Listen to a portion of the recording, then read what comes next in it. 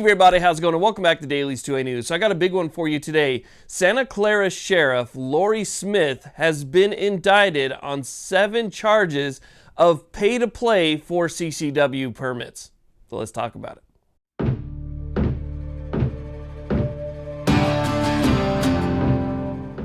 Okay, so let's go and talk about what's going on with Sheriff Laurie Smith out of Santa Clara County, California. Now, I think most people understand that in California, it can be extremely difficult, if not impossible, to get a CCW. And that's because California breaks it down by county. Each county sheriff is allowed to come up with their own requirements for somebody to apply and obtain a CCW. That means in one county, you could have a sheriff who says, as long as you have good moral character and your background check comes back clear, we'll go ahead and we'll issue you a CCW.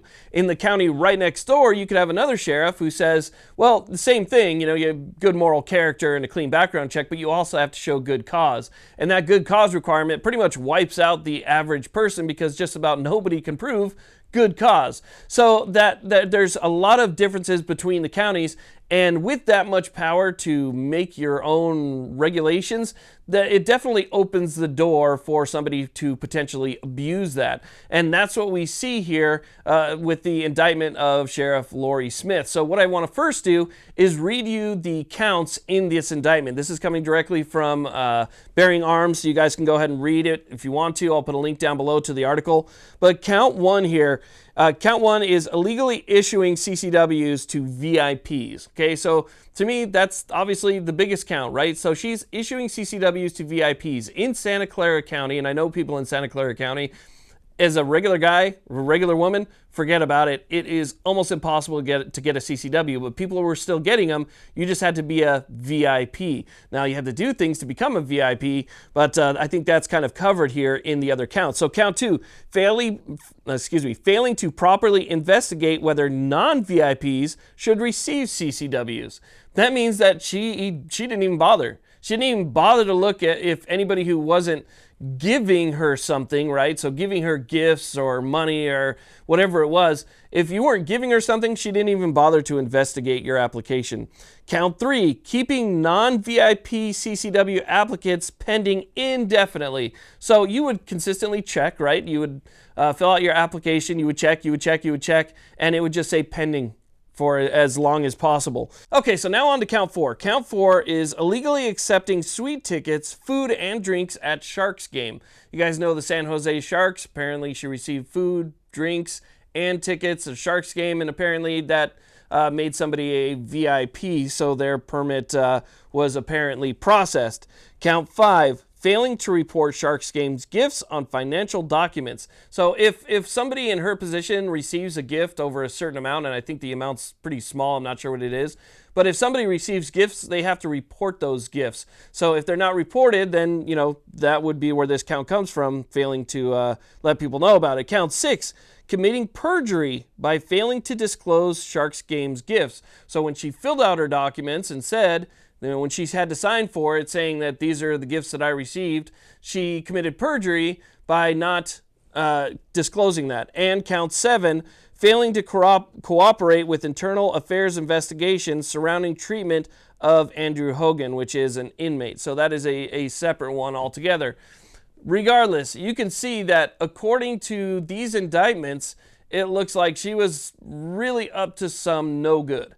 So you can see, according to these indictments, Laurie Smith was doing the whole pay-to-play game. So you had to pay something, you had to do something, you had to give gifts in order to get your CCW. Those people that have CCW applications pending, I'm curious to see what happens now. Because with this indictment, and she's obviously not able to fulfill her duties, there's got to be somebody that's going to be taking over. And I think that they should backtrack. They should go back amongst all those applications that were pending or maybe even rejected, go back and review every single one of those applications and see whether or not those applications should be approved or not. I think that they should probably give justice to those people who have been waiting as well, and issue them the CCW permits that, to my right, they shouldn't even need to have. I think it's a constitutionally protected right. But if that's the way that they're doing it there and people want a permit, they should at least have the ability to get in front of the sheriff or get their paperwork in front of the sheriff for them to investigate it and approve it or deny it based off of whatever the requirements are in that county. I think that people who went through that process, and by the way, had to pay money, probably had to go through training and had to fill out a bunch of stuff. There's a process in California, let me tell you.